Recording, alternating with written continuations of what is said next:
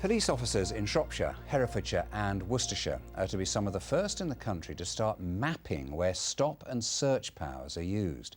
Members of the public will be able to see where the controversial powers are used and how they relate to crime in the area.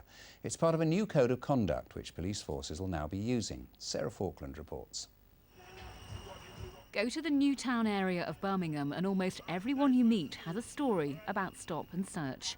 Tony Mohammed works for JLR and has been married to Kimberly for 17 years. They immediately think drug dealer, so they come to the car and they're questioning him, asked me to come out the car, threw me in the back of a police van. I've got a great big bruise. He was really racist. Albert Forsyth, reigning British karate champion, says he was followed by police in Sutton for 10 minutes and then stopped for no apparent reason. Some people do panic, especially if probably they don't have insurance or they don't have license or anything. They just drive and run away.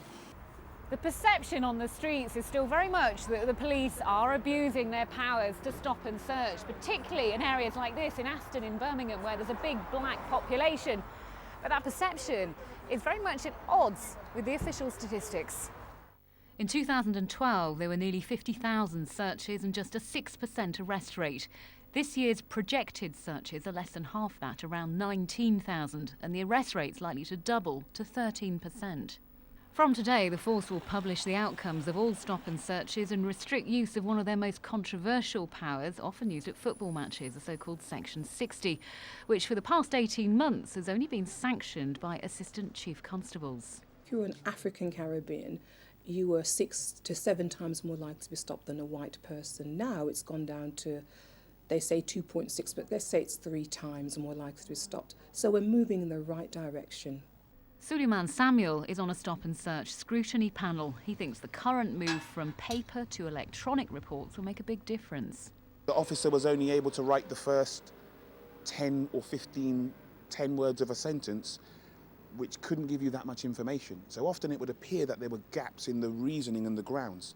The officer in charge of stop and search in the West Midlands says it's an essential power and being used in a proportionate and lawful manner, which is helping to protect the public from criminals.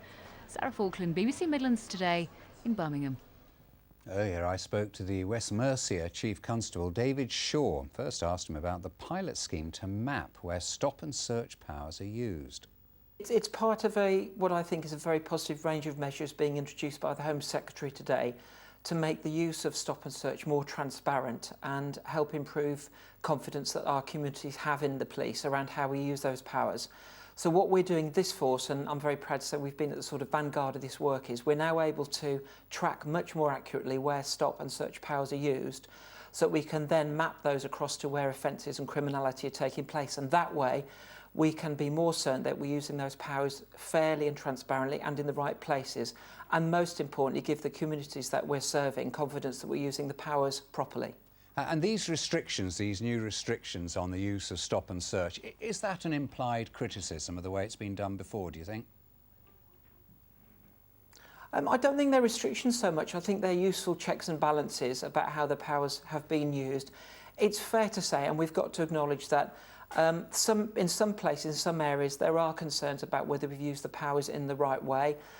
The officers that I've got the privilege of leading have to make very difficult decisions about how, where and when they use these powers, and the vast majority of occasions they get it right.